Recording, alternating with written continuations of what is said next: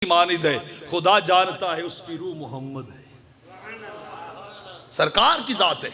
जब तक ये मोहम्मदियत और मुस्तफियत और आका अलैहिस्सलाम का प्यार और उनकी नामूस, उनकी खत्मे नबूवत और उनकी साथ के ऊपर इस उम्मत के अंदर मर मिटने का जज्बा रहेगा, अपना सब कुछ फिदा और कुर्बान देने का जज्बा रहेगा, खुदा जानता है इस उम्मत को कभी कोई हरा नहीं सकता है। इन्हें खतरा ये है, यहूद और नसारा ये चाहते हैं कि इनके अंदर से वो मोहम्मद का प्यार निकाल दिया जाए। इकबाल ने कहा था कि ये फाका कश मौत से डरता नहीं है, ये फाका कश मौत से डरता नहीं है।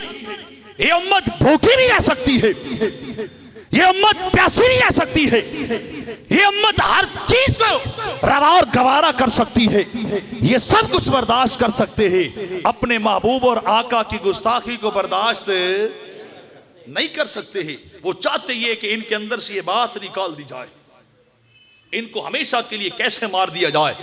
ये बजाय टांके फिरते हो, ये वजूद फिरते हो, लेकिन ये हिलने जुलने के काबिल न रहे।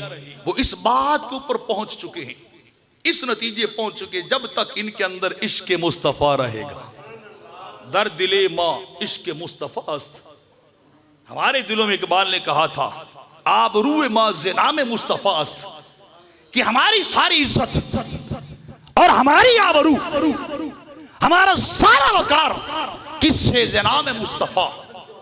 किससे? बोलिए नामे ऊंचा, बोलिए नामे मुस्तफा। दर दिले मा मकाम मुस्तफा, इस दिल के अंदर, इन कलूब के अंदर, इन सही ढांचों के अंदर असल में ज़ात मुस्तफा पड़ी है, क्योंकि ईमान की इब्तिदा भी ज़ात मुस्तफा से है, ईमान का अरूज भी ज़ात मुस्तफा से है, और ईमान की इंतहा ही हमने ज़ात मुस्तफा को बना दिया है।